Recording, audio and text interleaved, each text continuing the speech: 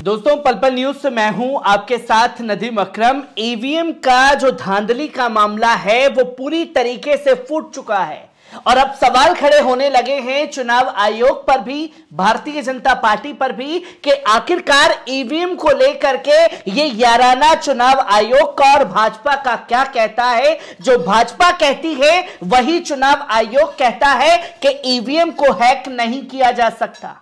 पर कांग्रेस नेता दिग्विजय सिंह ने सवाल खड़े कर दिए और बता दिया कि अगर आप यह दावा कर रहे हैं कि ईवीएम हैक नहीं की जा सकती तो 1% हैकर्स को मौका दिया जाए ईवीएम को हैक करने का, तब माना जाएगा कि आप सही कह रहे हैं और तमाम जो दावे ईवीएम को लेकर के खड़े हो रहे हैं वो झूठे हैं।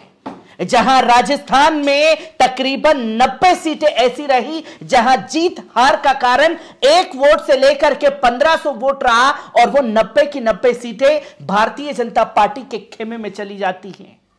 यही मार्जिन जो है खासतौर पर मध्य प्रदेश छत्तीसगढ़ में देखने को मिला। वो सारी की सारी सीटें जो हैं भाजपा के खेमे में चली जाती हैं, जिसके बाद सवाल खड़े हो रहे हैं।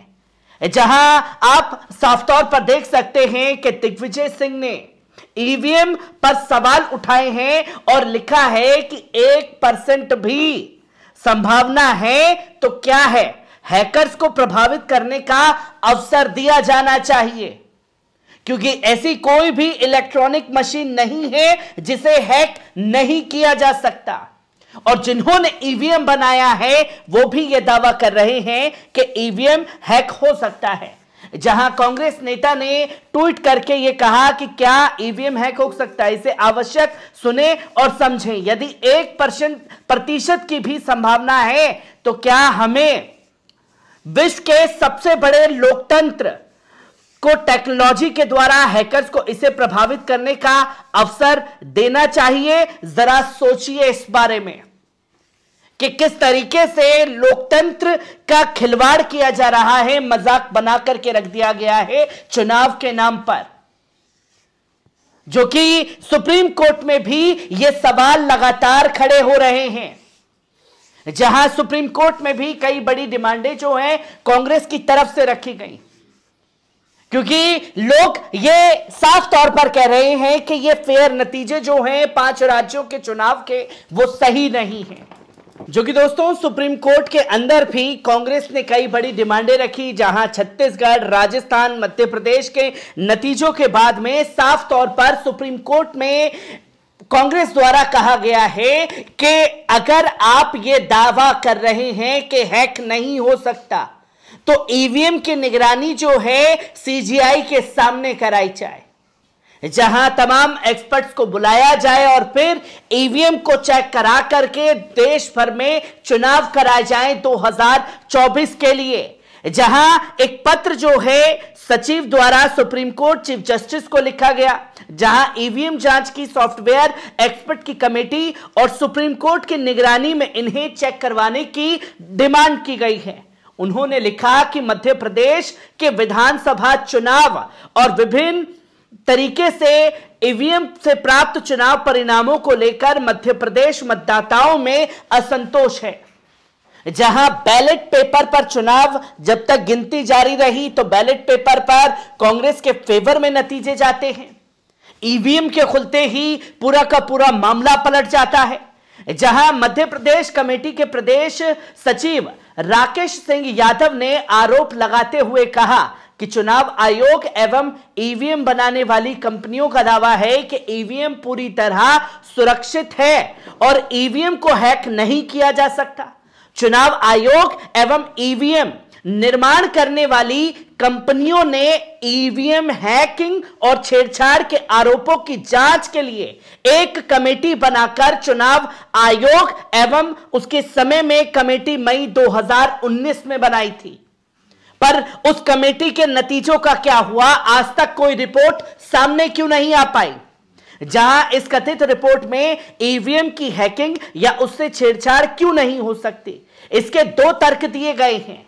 पहला तर्क यह था कि चुनाव आयोग जिस ईवीएम का इस्तेमाल करता है वो स्टैंड अलोन मशीनें होती हैं उसे ना तो किसी कंप्यूटर से कंट्रोल किया जाता है और ना ही इंटरनेट या किसी नेटवर्क से कन्वर्ट किया जाता है। ऐसे में उसे हैक करना नामुमकिन है।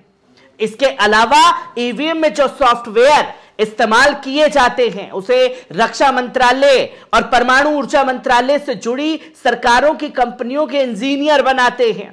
इस सॉफ्टवेयर के सोर्स कोड की किसी से भी साझा नहीं किया जाता।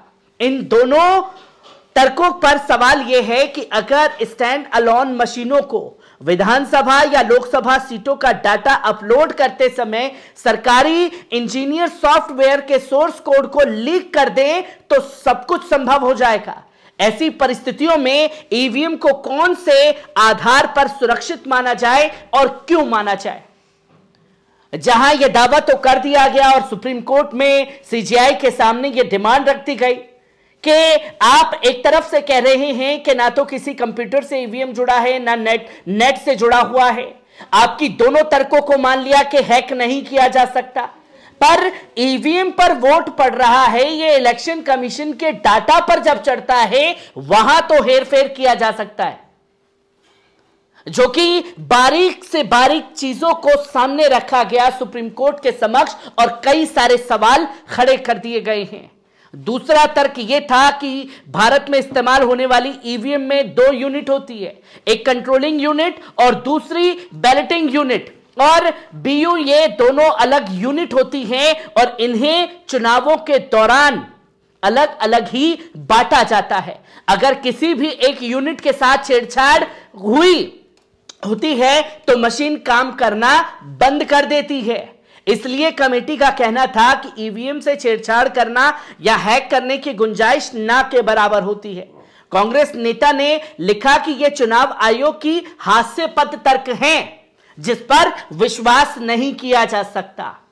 एक बड़ी बहस के साथ बड़ी तर्क को सुप्रीम कोर्ट के समक्ष रख दिया गया है और बता दिया गया है कि ईवीएम हैक हो सकती है और ईवीएम के अनुसार अपने लिए कैसे भारतीय जनता पार्टी वोटों का इस्तेमाल कर लेती है, सवाल यहां भी खड़े होते हैं। आप एक चुनाव छोड़िए, उत्तर प्रदेश के चुनाव देखिए कि उत्तर प्रदेश में जीत हार का कारण तकरीबन 202 सीटों का था और 202 सीटों पर एक वोट से लेकर के 3000 का मार्जिन और सारी की सारी भारतीय जनता पार्टी के पास। लगातार हर चुनाव के ये नतीजे जो कम जीत हार का मार्जिन है वो कैसे भाजपा के फेवर में जा रहा है, सवाल यहां खड़ा हो रहा है।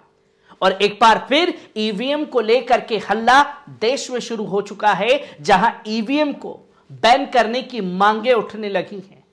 2024 से पहले अगर ईवीएम के खिलाफ कोई बड़ा फैसला सुप्रीम कोर्ट द्वारा लिया जाता है तो केंद्र की मोदी सरकार के लिए यह अच्छे संकेत नहीं होंगे। एक बड़े झटके के तौर पर इसे देखा जाएगा और भाजपा कैसे ईवीएम को बचाने के लिए अपनी जान को झोंकेगी, ये भी तस्वीरें देखने वाली होंगी। हर एक पहलू को आपके साथ साझा करता रहूंगा। दीजिए इजाजत, शुक्रिया।